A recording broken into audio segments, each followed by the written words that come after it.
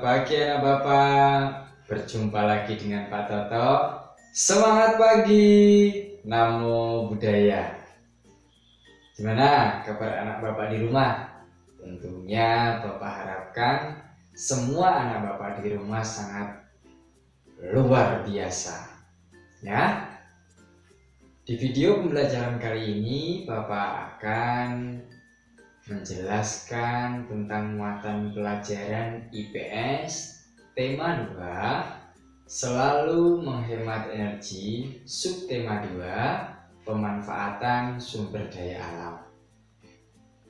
Nah, Bapak di rumah sudah tahu apa itu pemanfaatan sumber daya alam dan bagaimana cara memanfaatkan sumber daya alam?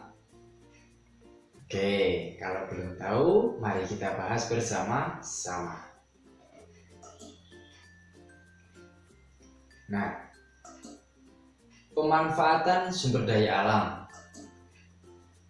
Untuk memenuhi kebutuhan hidup, kita memanfaatkan sumber daya alam yang ada di sekitar kita. Kita juga harus memanfaatkan sumber daya alam dengan bijak. Bijak memanfaatkan sumber daya alam artinya menggunakan dengan tepat dan hemat sesuai dengan kebutuhan. Nah, di sini terdapat contoh sikap bijak dalam memanfaatkan sumber daya alam. Yang pertama yaitu menggunakan sepeda yang tidak menggunakan bahan bakar ke sekolah. Nah, di sini dapat mengurangi polusi udara. Yang kedua, menyiram tanaman dengan air bekas cucian buah dan sayur. Yang ketiga, memilih menggunakan pupuk kompos daripada pupuk kimia. Yang keempat, melakukan sistem tebang pilih. Yang kelima, menggunakan lampu hemat energi. Dan yang keenam yaitu menanam kembali hutan yang gundul atau reboisasi. Nah, ini merupakan contoh sikap-sikap bijak dalam pemanfaatan sumber daya alam. Jadi, anak Bapak di rumah silakan hemat energi, hemat sumber daya alam yang nantinya dapat berguna untuk jangka panjang, ya. Nah, mari kita lanjutkan ke materi selanjutnya. Nah, untuk materi selanjutnya yaitu manfaat menggunakan sumber daya alam secara bijak. Yang pertama yaitu sumber daya alam dapat dinikmati untuk generasi selanjutnya. Yang kedua, sumber energi tidak mudah habis. Yang ketiga, populasi tumbuhan dan hewan tidak akan habis. Yang keempat, mudah dalam mendapatkan sumber energi. Yang kelima, hemat biaya. Oke, ini merupakan beberapa manfaat menggunakan sumber daya alam secara bijak. Ya, Bapak ya. Oke, mari kita lanjutkan. Yaitu tidak ada polusi udara.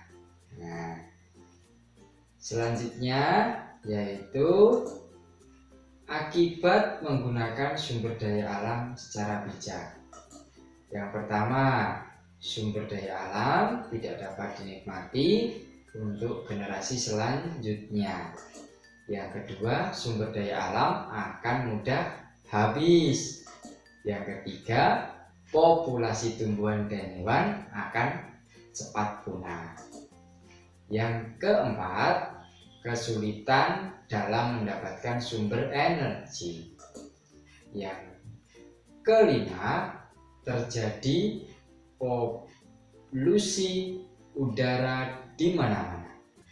Jadi ini adalah akibat yang tidak menggunakan sumber daya alam secara bijak.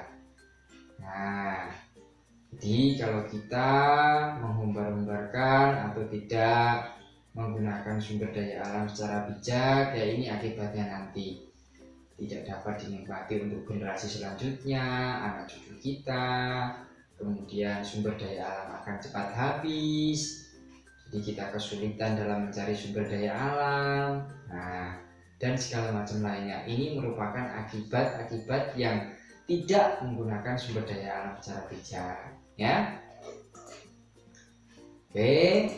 Nah, jadi kita sebagai manusia sebaiknya saling mengingatkan dalam memanfaatkan sumber daya alam. Karena sikap yang tidak bijak akan menyebabkan kerusakan lingkungan dan habisnya sumber daya alam. Jika hal ini terjadi, maka akan dirasakan oleh diri kita sendiri maupun orang lain. Jadi, kita harus memanfaatkan sumber energi atau sumber daya alam secara bijak agar bisa dinikmati oleh generasi-generasi selanjutnya. Ya.